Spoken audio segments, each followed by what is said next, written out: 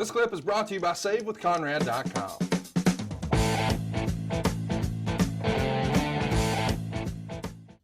Chris Benoit jumps to the Raw brand after he wins the Royal Rumble match. He's going to use his title shot to go for Triple H's World Heavyweight Championship. And then Eddie wins a 15-man Royal Rumble match on January 29th on SmackDown to earn a shot at the WWE Championship. So after becoming number one contender, Eddie elevates himself to main event status and starts feuding with the WWE champ Brock Lesnar. Famously at No Way Out, and we did a whole episode on this show. It's tremendous, and I can't recommend it enough in our archives over at somethingtowrestle.com.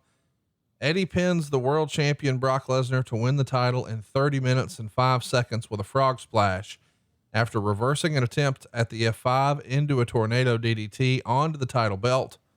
Later in the match, we should mention Lesnar was trying to use the title belt as a weapon while the ref was knocked out, but Bill Goldberg, who was arrested earlier in the same show, came out and hit the spear on the champ. After the match, Guerrero celebrating in the crowd. He's congratulated by his mother and brother. The victory makes him a Triple Crown and Grand Slam champion in the process. It's episode 142 if you want to go out of your way to check it out. But man, you described this moment as being a top 1 or 2 moment for wrestling when Eddie won his first world title. You're not even talking about from a office perspective. This is the fan, Bruce Prichard, right? Yeah, because it was the absolute premier underdog victory, defeating the big bad monster and Brock Lesnar, and Eddie Guerrero overcoming everything. In addition to that, you look at the human being of Eddie Guerrero and what Eddie had accomplished in his career and in his life, the struggles that Eddie had throughout everything to now be the man. Not only that, but to be able to perform at the level that Eddie was able to perform and kill it every night. So I was proud of him. I loved him to death and just so happy for him. Let's recommend everybody strongly go back and check that out. When the subject first comes up, I do want to briefly touch on this. When is the decision made, or what all goes into the decision to put the belt on Eddie? Does Vince know, hey, Brock's leaving, we got to use this to make somebody else? Eddie has excelled in every segment we've put him in, whether it was with China, working underneath, working with the tag stuff, the stuff with Cena. He's been a show stealer, Chavo, on and on. Why is Eddie the logical choice? And is the decision made in hindsight? Does Eddie benefit the most from Brock Lesnar leaving? I think that Eddie did. And it was from a place of looking at who's going to be the next guy. Who are we going to focus on to take us to another level, hopefully at this point. And Kurt was discussed, all these different things, but we had never had a champion like Eddie Guerrero. And Eddie was over. Eddie was, he was primed for the picking, and Eddie was, when you looked at the roster, probably the least probable to be the champion, but also the only real logical choice that you would choose to be the champion. So he had it all, and I think a lot of people felt that it was a bad decision, felt Eddie was too small, and the fact that he was Mexican, and all these things where it's like, he's a little guy, and I don't know.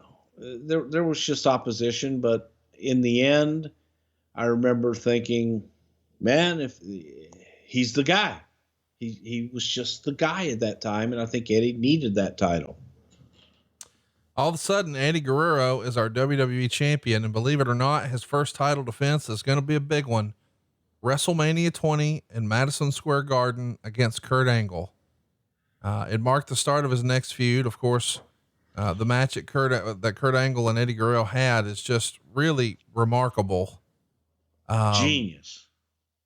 It really is a fantastic match, and the storytelling with the boot slipping off at the end. I mean, it's got to be near the top of, I mean, Eddie, certainly it's been his biggest WrestleMania moment. Go back and watch the match if you haven't already. It's pretty remarkable.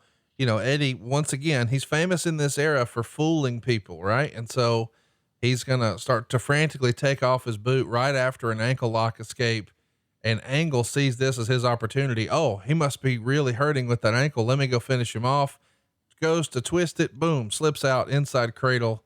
Pretty remarkable. And then of course, at the end of the show, we get the spectacle that so many people remember about WrestleMania 20, Chris Benoit and Eddie Guerrero embracing both as world champions who were told they were never, ever going to be at this spot. And now here they are in Madison Square Garden at the biggest show ever, WrestleMania 20. This is peak Eddie, right? Yeah, because they were 0-3 coming in, man.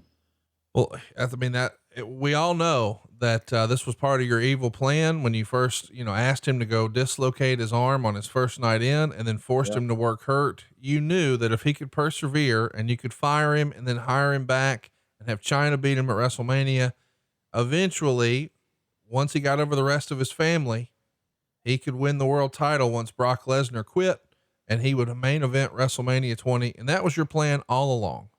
Yeah. But is people out on the West Coast and your dirt sheet people would like to say, I think I will steal a line from your good friend, Jim Hurd, who summed it up that they just dream shit and lie.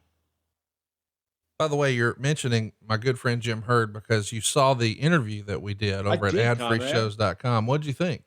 I thought it was tremendous. And I think that for anybody that they should, listen to it. And, again, my takeaway, as I said to you, it's funny when you talk to people who were actually there and in the business decisions and not just hearsay and rumor and innuendo and bullshit.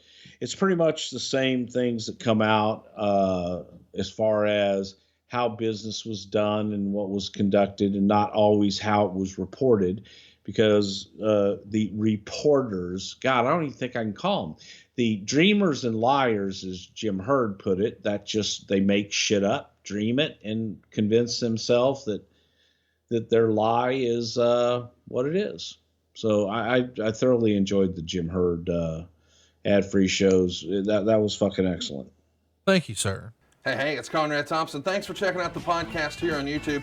Be sure to hit the subscribe button and the notifications bell so you get a notice anytime we upload some new content. And go save yourself some money right now. If you're in a 30-year loan or you have credit card debt, it's not a matter of if I can save you money. It's a matter of how much. Find out right now for free at SaveWithConrad.com.